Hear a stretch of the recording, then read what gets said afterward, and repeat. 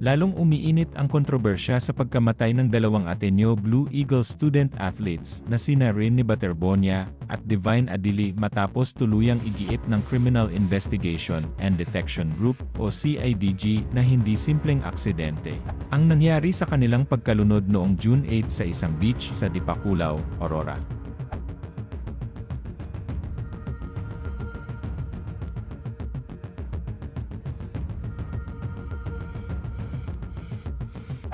Sa gitna ng matinding pagdadalamhati ng kanilang mga pamilya at mga kaibigan, tila mas marami pang tanong kaysa sagot ang lumulutang habang patuloy ang investigasyon.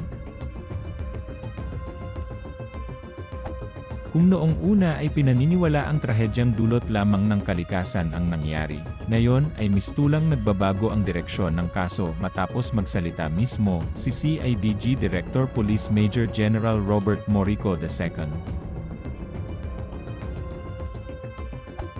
Sa media conference nitong June 17, diretsahang sinabi ni Morico na maraming bagay ang hindi tugma kung pagbabatayan ang mga nakalap nilang impormasyon.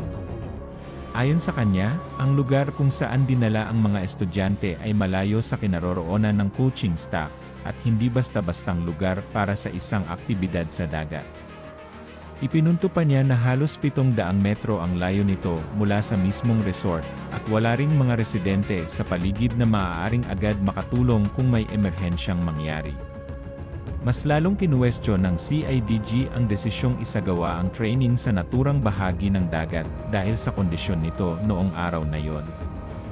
Ayon kay Morico, malinaw umanong makikita sa lagay ng karagatan na delikado ito at hindi angkop para sa mga estudyante.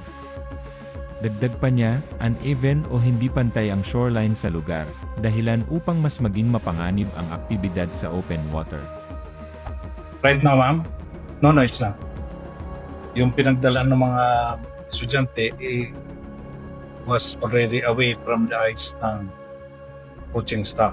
Basically, kaya that's the difficulty here. Wala na rin po nakatirang mga tao doon.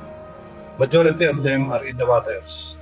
They are not directly in front of the resort, about 700 meters away. Pakita ko doon is the condition of the sea during the time. Habang tumitindi ang usapin, may panibagong hakbang din ginawa ang pamahalaan.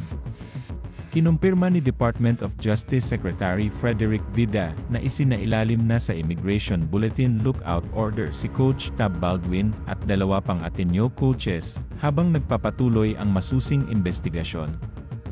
Ibig sabihin, mahigpit na babantayan ng mga otoridad ang kanilang mga galaw habang hinahanap ang buong katotohanan sa likod ng trahedya. Kasabay nito, kinumpirma rin ni Ateneo de Manila University President Father Roberto C. Yap S.J. ang pagbibitiw ni Coach Tab Baldwin sa koponan. Sa ngayon, nananatiling naghahanap ng hustisya ang mga pamilya ni Baterbonia at Adili, habang hinihintay ng publiko kung ano pa ang mga revelasyong maaaring lumabas sa isa sa pinakamainit at pinakamaselang kaso sa mundo ng collegiate sports ngayong taon.